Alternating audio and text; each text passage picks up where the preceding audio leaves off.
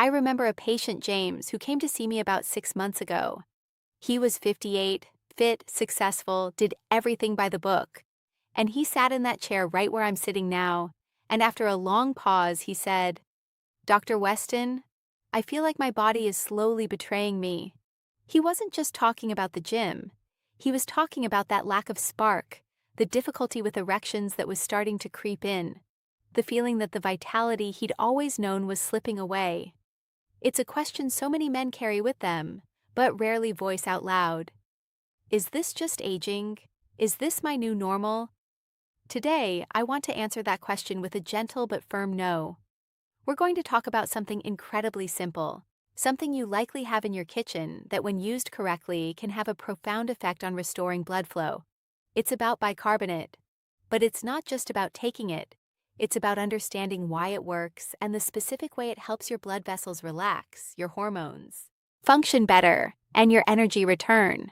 Before we sit down and have this consultation, I'd appreciate it if you would let YouTube know this conversation matters to you.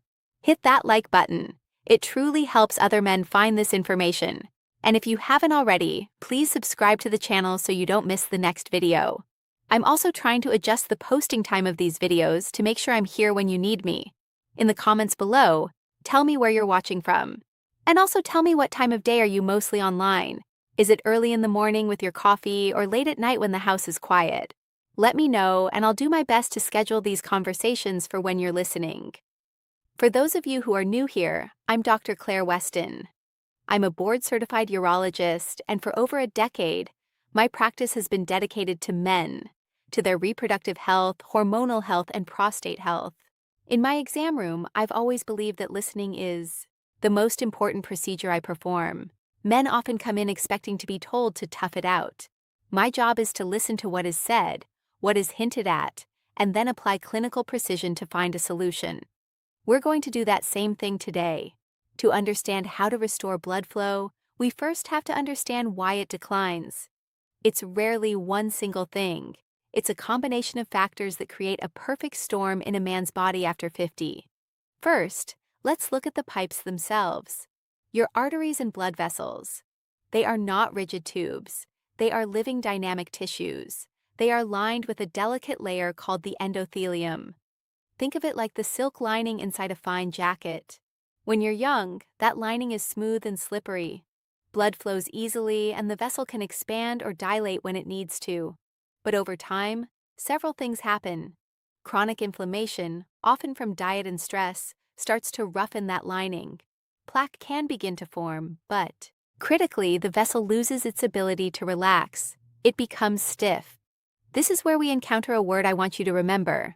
Vasodilation in a man's body, especially for sexual function. Vasodilation is everything. An erection is literally a hydraulic event. The arteries must widen. Now, this process is orchestrated by a molecule called nitric oxide. Your endothelial cells produce nitric oxide, which acts as a signal to the smooth muscle. As men age, nitric oxide production drops. The signal gets weaker. The vessels don't open as wide. Blood flow diminishes. This is the root meat Dr. Claire Weston, a urologist who listens of so many issues from cold hands and feet to brain fog to erectile dysfunction. So where does bicarbonate come into this? Let's look at the chemistry of the blood itself. Our bodies have to maintain a very specific pH balance, a measure of how acidic or alkaline our internal environment is. It's a constant battle. The food we eat, particularly the standard Western diet high in processed foods, sugar, and animal protein, creates a metabolic acid load. Stress creates acid. To protect our vital organs, the body will do anything to neutralize this acid. It pulls alkaline minerals from our bones, but the primary buffer is bicarbonate. But here's the clinical connection that matters for blood flow. When your body is too acidic, your blood vessels constrict. Think about it. In a state of acidosis, even a mild low-grade chronic acidosis, the body perceives stress. It narrows the vessels to preserve core function. This directly counteracts the vasodilation we need for healthy blood flow. An acidic environment also damages that delicate endothelial lining. I had a patient, let's call him Michael, 62. He was on a statin. He watched his cholesterol, but he struggled with energy and erectile issues. We ran a simple urine pH test over a few days. His readings were consistently in the acidic range. His body was struggling to maintain balance. This is where supplemental bicarbonate can be a powerful, gentle tool. By providing the body with sodium bicarbonate, we are giving it a ready-to-use buffer. By reducing that acidic stress signal, we allow the blood vessels to relax. We clear the traffic jam of acid, allowing natural mechanisms for blood flow to resume. Now, this is the critical part. The way you use it matters immensely. This is not about chugging baking soda. That can be dangerous. It can spike your blood pressure and throw your electrolytes into chaos. We are being intelligent and precise here, just as we would be in a clinical setting. First, we have to consider sodium balance. Sodium bicarbonate is high in sodium. For men over 50, especially those with high blood pressure, we must be careful. The method I often discuss with my patients is about hydration and timing. It's about using bicarbonate to turn your water into a gentle alkalinizing agent. In a tall glass, add just a small amount of bicarbonate. We are talking about a level 1 to 8 to 1 to 4 teaspoon. No more. This is a therapeutic dose. Now here's a key tip. Always use it with a squeeze of fresh lemon or lime. Now, you. Understanding blood flow decline after 50 might think, but doctor, lemon is acidic. And you're right, it is. But here's the beautiful paradox. When you metabolize lemon, it actually has an alkalinizing effect on the body. It's a source of minerals. The timing is just as important. I recommend using this drink at 2 key points. The first is first thing in the morning. A glass of this water upon waking helps to neutralize that morning acid load. Gently wake up the digestive system and signal to the blood vessels to open up. The second optimal time is mid to late afternoon. This is when our cortisol levels can dip, energy flags, and we often reach for caffeine or sugar. This isn't a magic bullet that works in isolation. In my practice, I always look at the whole picture. We use this bicarbonate approach as a foundation. This approach works synergistically with other factors. Foods rich in nitrates like spinach, arugula, beets, and celery are fantastic. And then there's exercise. When you exercise, your muscles produce acid.